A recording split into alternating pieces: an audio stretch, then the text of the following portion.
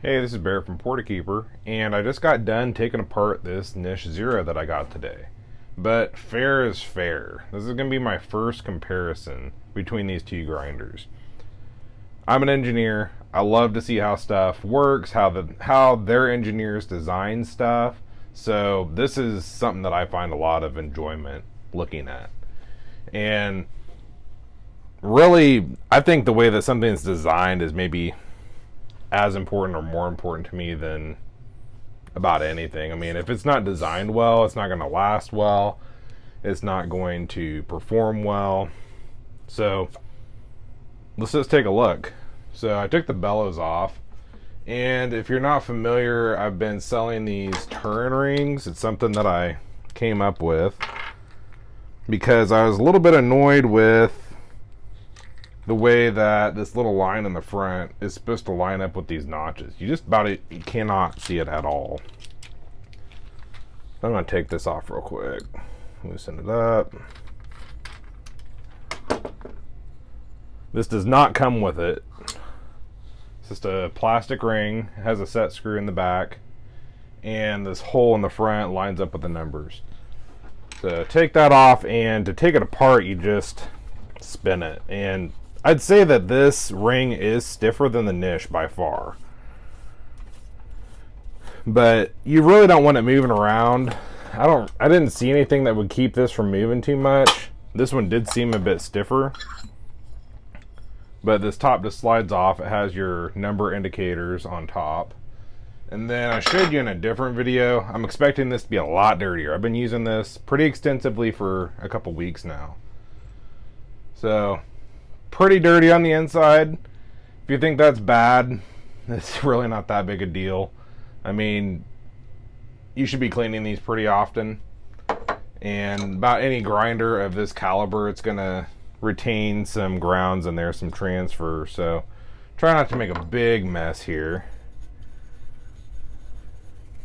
Actually, I have like a big bean stuck. Might have to get a little screwdriver to get that out. There we go. So there's the inside. They're the same size as the Mazzer Super Jolly burrs, and they are compatible with the Mazzer Super Jolly. So that means that you can put the SSP burrs in, you can put in like the unimodal burrs. So it gives you a lot of burr upgrade options. These are just the hardened steel. I've been very impressed. Shockingly impressed. So on the inside, I hope I know how to take this apart. We're going to see, because there's not much out there on it. This is how you take apart a Super Jolly usually, but I would not recommend doing this.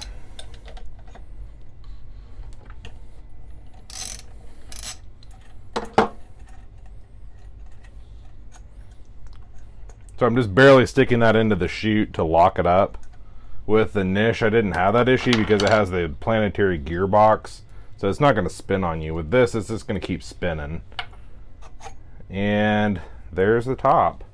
So it has little flappers built in. They're a lot less aggressive than the Niche's flappers. So the Niche, it all kind of pours down the middle and it flings it out real hard. And that might be why it retains, or they claim it retains, less grounds. But it just pops right off. With the Super Jolly, that can be kind of a task to take off. And there's the inside. So there's some grounds in there. Nice shiny grind chamber. Seems to be pretty high quality. And a large motor underneath. I'm going to try not to make a huge mess though.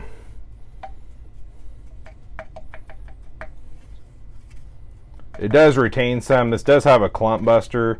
The Niche had one as well, but it was just a bar, so it's just really breaking the very large chunks.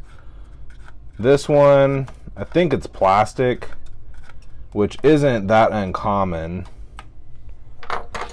What is it? The K30 has some plastic ones, so the K30s are replaceable. I'm going to turn this upside down.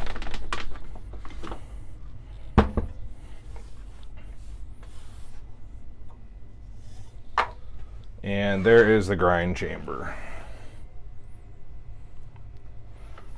So very carefully I'm going to flip it. And this I've already had it opened. I've not opened the top like this before. The bottom's pretty easy to take off. Just 2 Phillips head screws, so they're not the Allen head like on the niche. I noticed different brands, they seem to use different types of screws. Phillips heads are nice because about everyone has one of these. But sometimes these give you a little bit more torque. So, I don't know. It's not really a big deal at all. Let's push the screws through. There's the internals of the Turin. And really, it's the whole thing is a motor. Now, one thing I'm noticing right away that I kind of didn't notice last time is there's no quick disconnect. So like on the niche, when you watch that video, I'm able to disconnect the circuit board.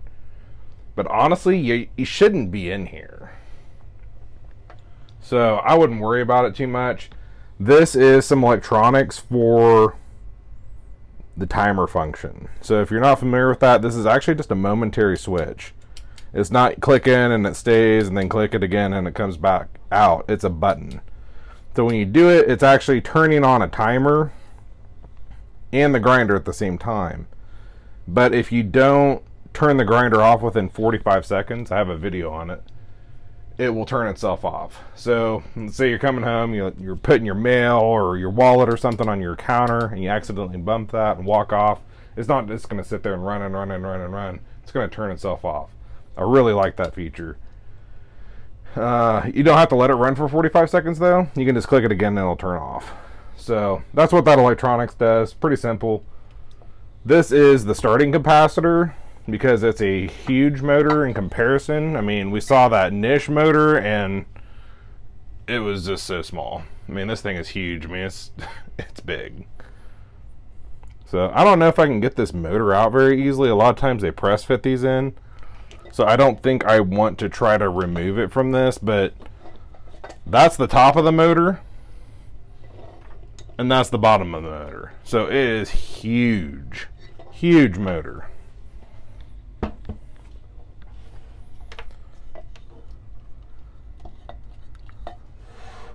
One thing that I need to go grab some pliers for.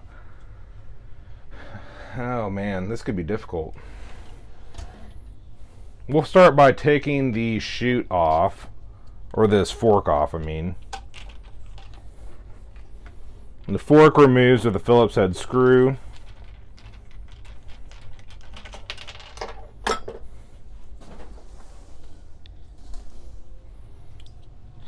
Pretty nice. I guess if you ever damage this, you could buy a new one.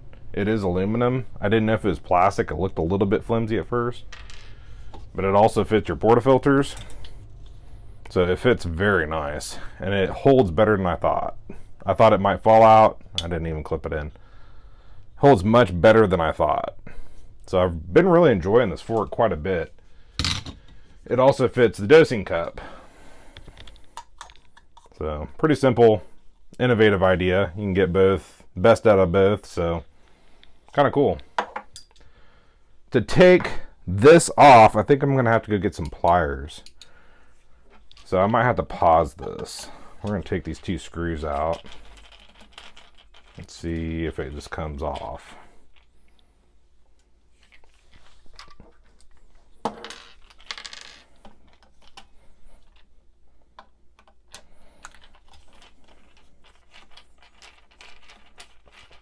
Because I'm really wanting to take a peek at the clump buster. I'm pretty sure it has one. I was looking in there. Yeah, I'm going to have to get some pliers. So I'm going to pause this and I will put this video together. Okay, I went and grabbed some pliers real quick. And I don't recommend doing this, but I've taken enough of these apart that I'm not too afraid. You can really kind of damage some stuff if you're not careful. But we need to remove this button. And I don't think we're going to be able to remove the whole case without cutting some wires, which I'm not going to do. But I at least want to take that faceplate off.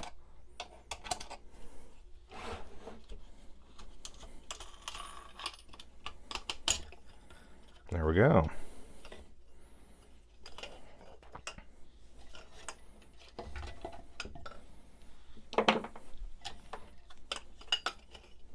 A little bit awkward. Now, in case you're curious, this is aluminum. All these pieces are aluminum, which I didn't think they were aluminum when I saw the picture of it. So this is actually an extruded aluminum case. And all these other pieces, like the base and the chute and this little trim ring on the front, it's all aluminum. Now the spout itself is plastic, but I'm not surprised by that. This thing is gonna be awkward. I might throw some screws in it just so I can flip it back over.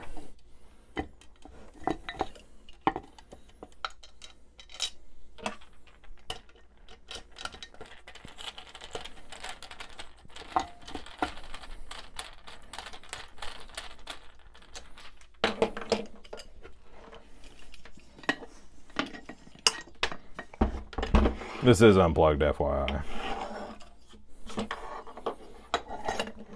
So, there we go. The chute is held on with 2 more Phillips head screws. And actually, let's go.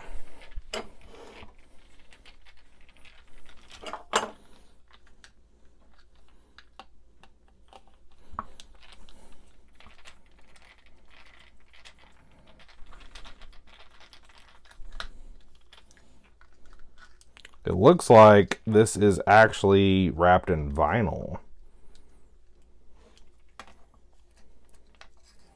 So I don't want to damage that when I remove it. So there's the chute. It has some buildup in it. Like I said, I've been using this quite a bit recently. Let's take a closer look at... It is just like a membrane, a plate of plastic. That is the clump buster. Which, it might not look like much, but it's really close to like what my K30 has, so. Not uncommon to see that. They do wear out over time, but when you're comparing like a K30 that has tens of thousands of shots compared to this that's not going to have maybe even a couple thousand shots, I doubt that ever wears out.